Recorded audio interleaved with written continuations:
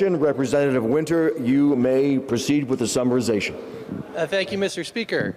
Last year, as part of Public Act, this is as high as it goes, okay.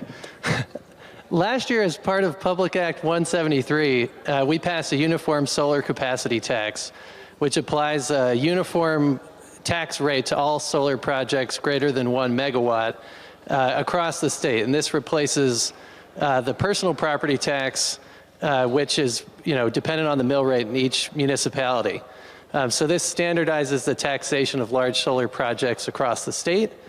At the same time, we passed a tax exemption for those solar projects.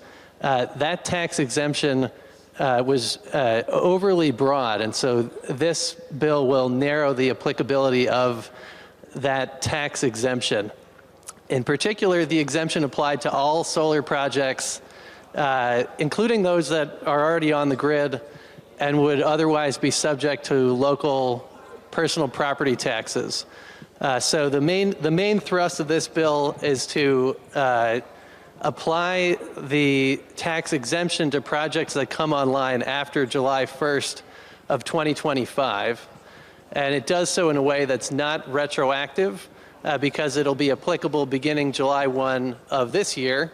And for any projects that come online before July 1 of this year, they'll be taxed for 19 years, and any projects that come online after July 1 of this year will be taxed at the uniform capacity tax rate for 20 years.